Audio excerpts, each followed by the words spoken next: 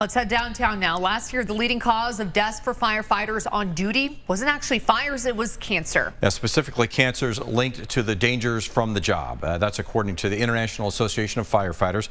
KGO 9's Midtown reporter Ryan Fish shows us how Tucson Fire has changed to hopefully reduce that cancer risk.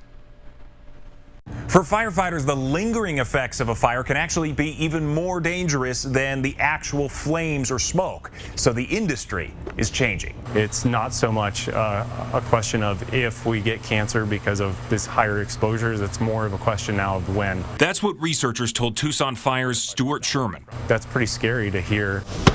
He and hundreds of other firefighters are taking part in studies with the University of Arizona to measure their exposure to toxic chemicals. So this is my oldest set. It turns out firefighters' protective gear wasn't protective enough. We're running around in a fire and we kept getting exposure inside and on our abdomen and our neck. This elastic band helps keep the smoke out. It's just like a ski bib. So as we move around, that liner stays tight to us. And now the smoke can't just free flow off our coat. It's not just the gear that's changing, but what firefighters do with it. After we come out of a fire, it used to be kind of a pride thing to have your gear smell like smoke and be really dirty. We go the other way now where we come out of a fire and we spray ourselves off with a hose and some dish soap. Guys used to bring their gear and they'd put it right next to their bed and they'd sleep right next to their gear as it's off-gassing right after a fire. What was a pride thing ended up being dangerous. Right.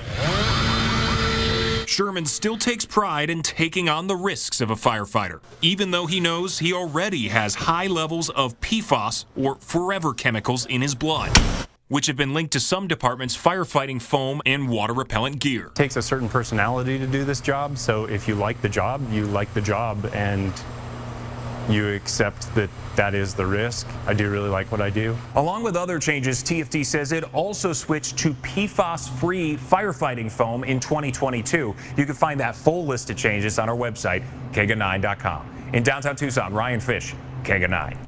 Ryan is our Midtown Downtown reporter. If you've got a story idea for him, scan the QR code to get in contact with Ryan. Again, he's just one of our 18 reporters covering all of Southern Arizona.